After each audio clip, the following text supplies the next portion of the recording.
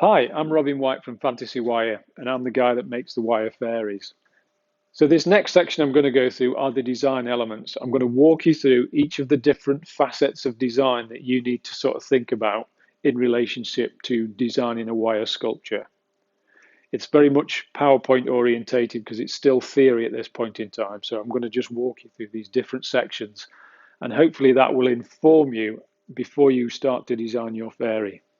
I would estimate that 50% of the entire time that it consumes from me on making any one fairy is in the design. I don't sit there for a month designing it, but there's an awful lot of elapsed time where I'm considering all of the elements before the sort of penny drops as to how they'll all fit together that I can make a good design.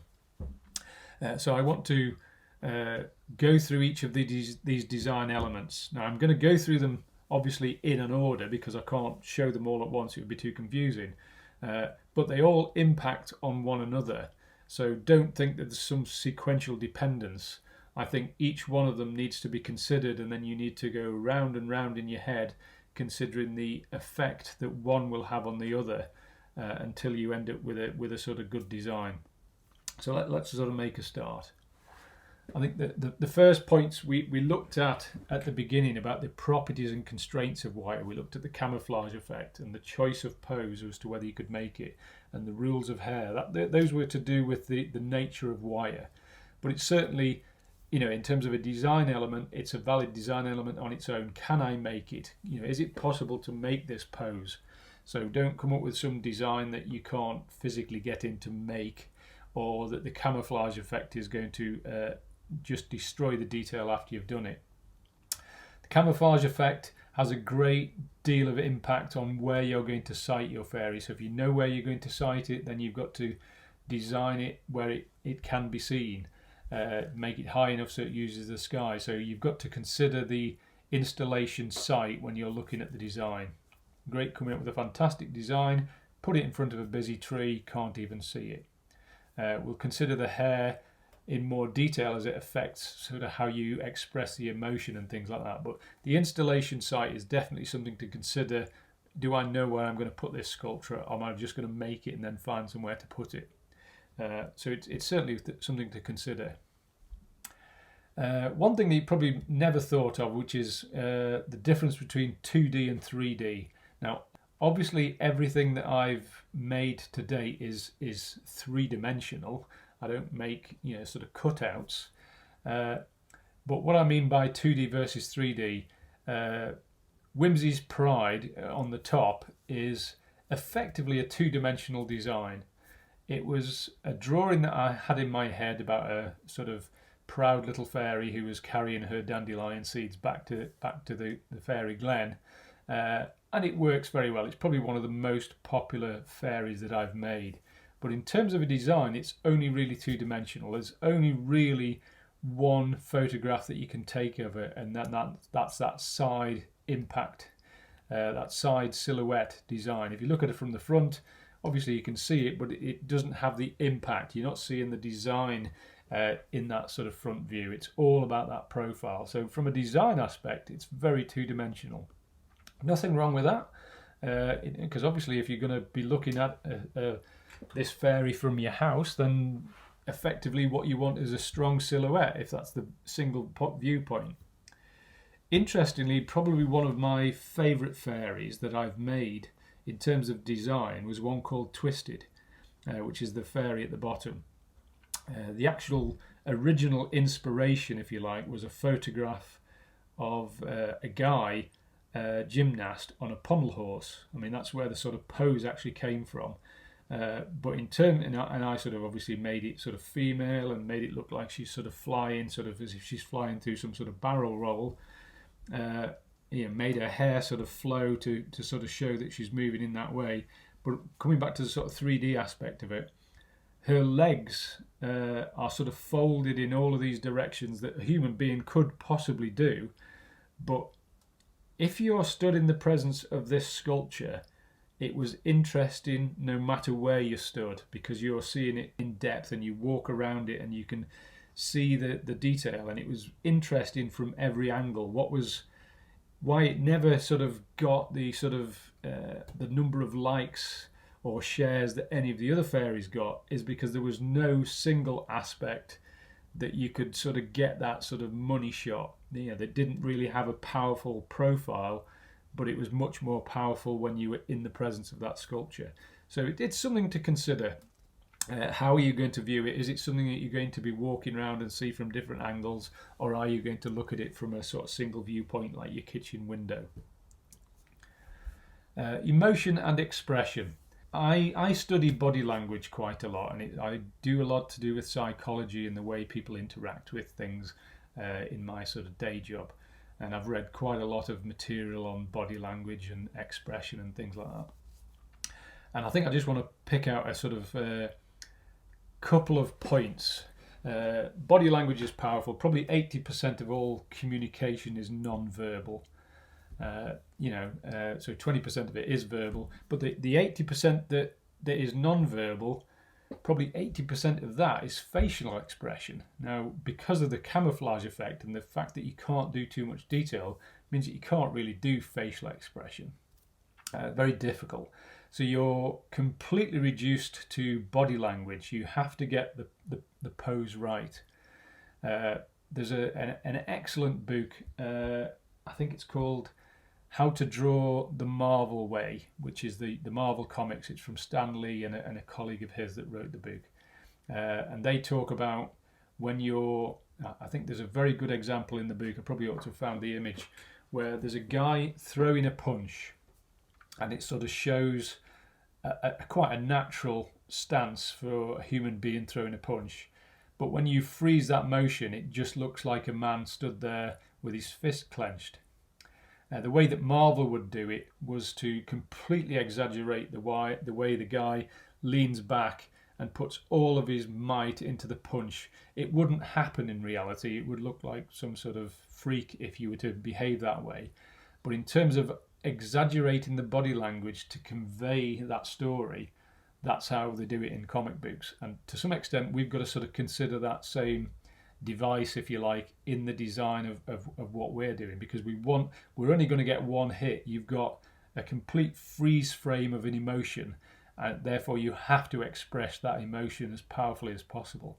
So when you're sort of thinking about the body language that you want to convey, exaggerate it until it looks silly, and then dial it back a bit until you think you can get away with it, because it's probably not very natural.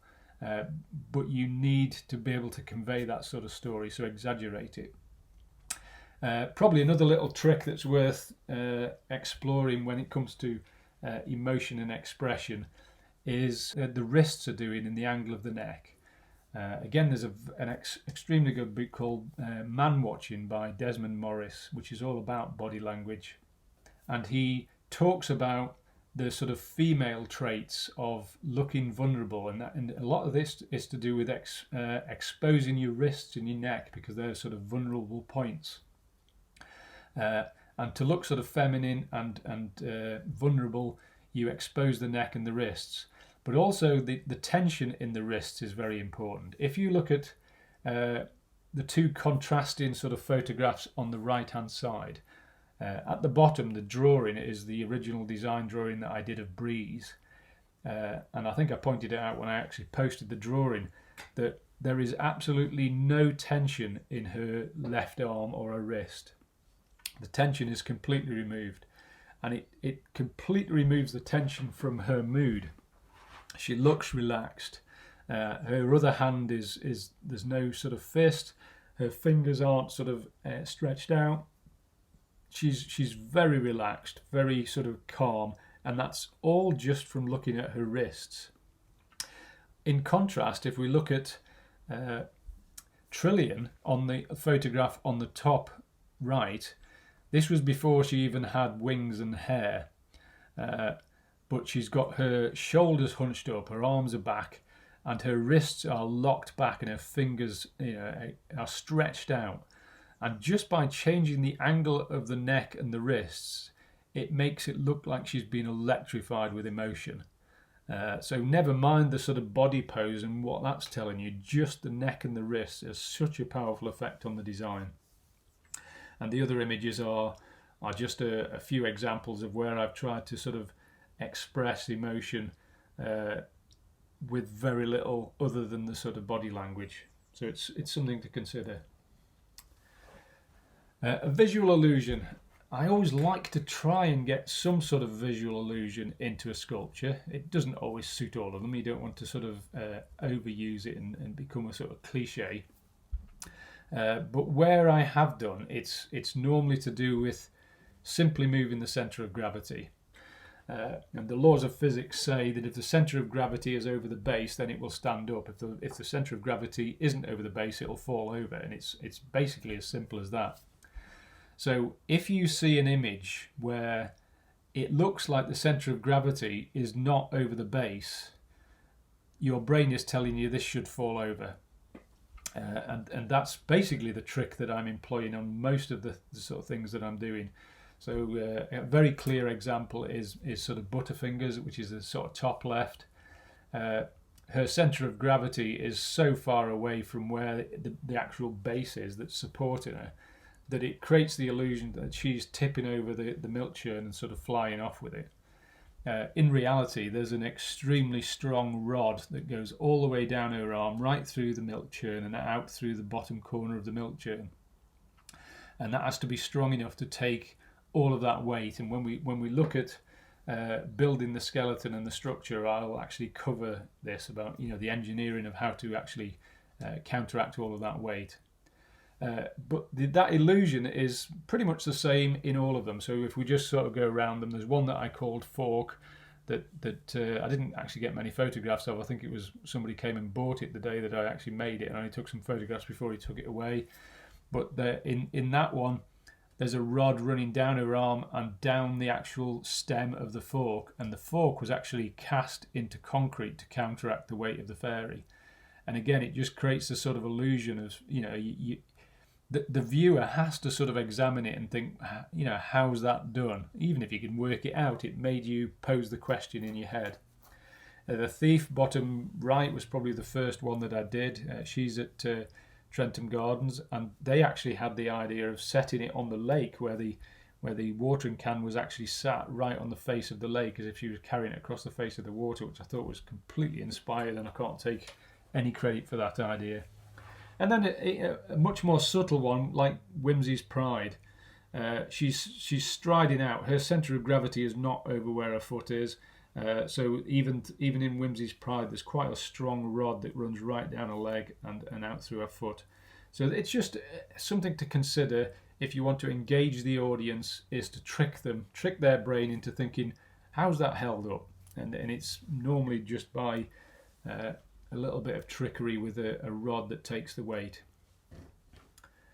External forces is another thing to consider. We looked at the rules of hair, so I don't want to sort of go back over that, but what I'm trying to do is show some external force. So with yin yang, I think we covered it in the properties and constraints of wire. I was using her hair to show the flight path, but that shows the force. It actually adds to the sort of story that you're trying to sort of put in there, and it makes it look airborne.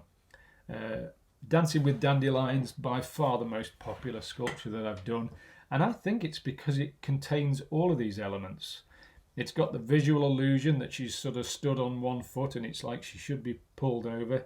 You've got the power of the wind pulling the dandelion, the illusion that the seeds are blowing away from the dandelion, the fact that we're using wire, which is again the properties of wire that you couldn't make it in anything else. You've got the wind blowing her hair away from the body so it doesn't affect the silhouette of a body, and therefore you can sort of see her leaning back, which is her resisting. So you've got the force that she's putting against the wind, and it's tricking your brain into seeing all of these things, which it's sort of a multi-layered effect, which is what obviously makes her so popular.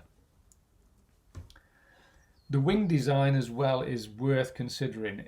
I'm not saying there's any particular right or wrong for whatever wing design that you want to do, but I don't have a fixed image of what a fairy wing should look like. If I'm trying to do something that's sort of just gentle and sophisticated, I'll just make them simple. I don't want them to overly grab the attention of whoever's viewing the fairy. It doesn't want to be the main thing. If she's in flight, then I need to make sure that the wings have enough wingspan that at least the rules of physics in your head would at least go along with the theory that she could generate enough lift to get off the ground with those wings. So the wings have to be sort of big enough and shapely enough to actually suggest that she's getting lift from the wind underneath her wings. If you wanted to do something a bit more sinister, then you can do something a bit more gothic, like the ones on the sort of top left, and it just adds a bit more sort of drama. But the wings can therefore grab more attention than the story that the fairy's trying to tell. So you've sort of basically got to balance it out with the wing design that complements the story that you're trying to tell. Then when it comes to the design tools, there's a low-tech version. There's nothing wrong with a pencil. Scribble down what you think. When I say get the design right, I don't actually mean spend ages and ages doing some sort of technical drawing with all of the dimensions and things like that in it and work it all out. What I mean is think through all of these things that you want to build in, and then you need to sort of test the design, which we'll come on to in a little while. And I always think it's worth doing some sort of three-dimensional prototype. So in a low-tech version, what I would tend to do is do a sketch of what I want to make, and then make a little thumbnail figure out of wire. Probably going to take you about an hour to mess about with the pose. Just do something of a couple of inches tall and actually see if that works, and look at it from different angles. And it's well worth doing. It's probably going to, a big fairy takes me, well over 100 hours to make. Spending an hour making a little thumbnail model to see if the design works seems like a very good investment to me. More high tech, I have been through a whole range of different things that sort of have all had an effect and informed me as to how to do things. I've looked at sophisticated art mannequins. I've looked at all of the muscle structures and gone through all of the ways that you can strip down muscles and look how to build them up. I've probably ended up just spending most of my time on one called Art Pose. It's an app for the iPad. There's a female edition and a male edition, and it basically gives you a nude model in a start pose, and then you can manipulate every single joint in the body, and then you can rotate it round. And I think even if you have a sort of two-dimensional image in your head, to put it into 3D and then be able to rotate it, I would be extremely surprised if you don't adjust the design, because even if it looks good in 2D, from another angle it might not look very interesting at all. Sometimes I've done fairies where they've got their sort of one leg bent up, but from one angle it looks like they've had a leg amputated. So it may well be that you want to just adjust it so that you've got no angles that don't look very complementary to what you're trying to do. So it's well worth trying to see them in 3D, whether that's in virtual 3D or in reality by doing a little thumbnail sort of example. Then what I tend to do before I actually go to making them is I will sort of render it as a sort of, using that art pose, find the model that I want, and then I'll use that as a sort of screen capture as a model. I'll probably print that out or put it side by side, that I'll do the drawing that I want, where I add the wings and the hair and any dandelions or anything like that. And those are the images that I tend to publish on Facebook. I call this the invisible panda. I mean, it's quite clearly a panda. How it came about was it was in a different context altogether, and it was to do with what people want to see. On a post-it note, I just scribbled it with a pencil and asked somebody, "What can you see?" He says, "Well, it's clearly a panda." I said, "But it's not. It's just some black blobs." And it's a very clumsy illustration to sort of say that there's just some black blobs on the screen, but they're arranged in such a way that the things that aren't there are informing you. The shape of the face, the shape of the nose, it's informed by the shape of the eyes, that you can imagine the nose, you can imagine the sort of round head just because of the the shape of the ears. So I'm sort of using this as a bit of a metaphor that I'm giving you enough clues to fill in the gaps.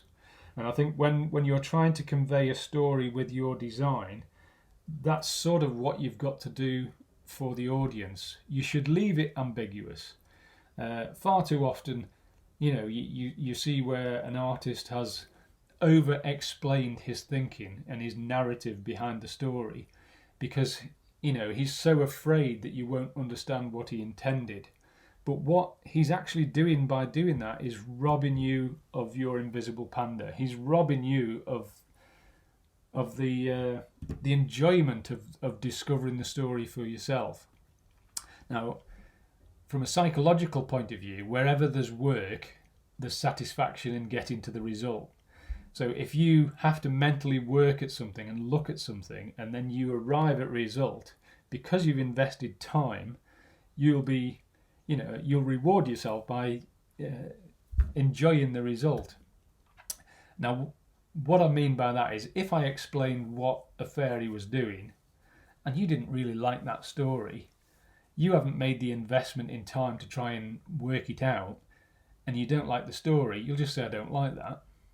If, however, I produce something which is slightly ambiguous and you're not quite sure what I mean, then you're going to have to mentally investigate the story that I'm trying to tell. You'll arrive at the story that you want to see because you've got an invisible panda. You're actually trying to join the dots yourself. You're much more likely to say, I can see what you're doing there, I like that, even though it might not be the story I was planning on telling in the first place.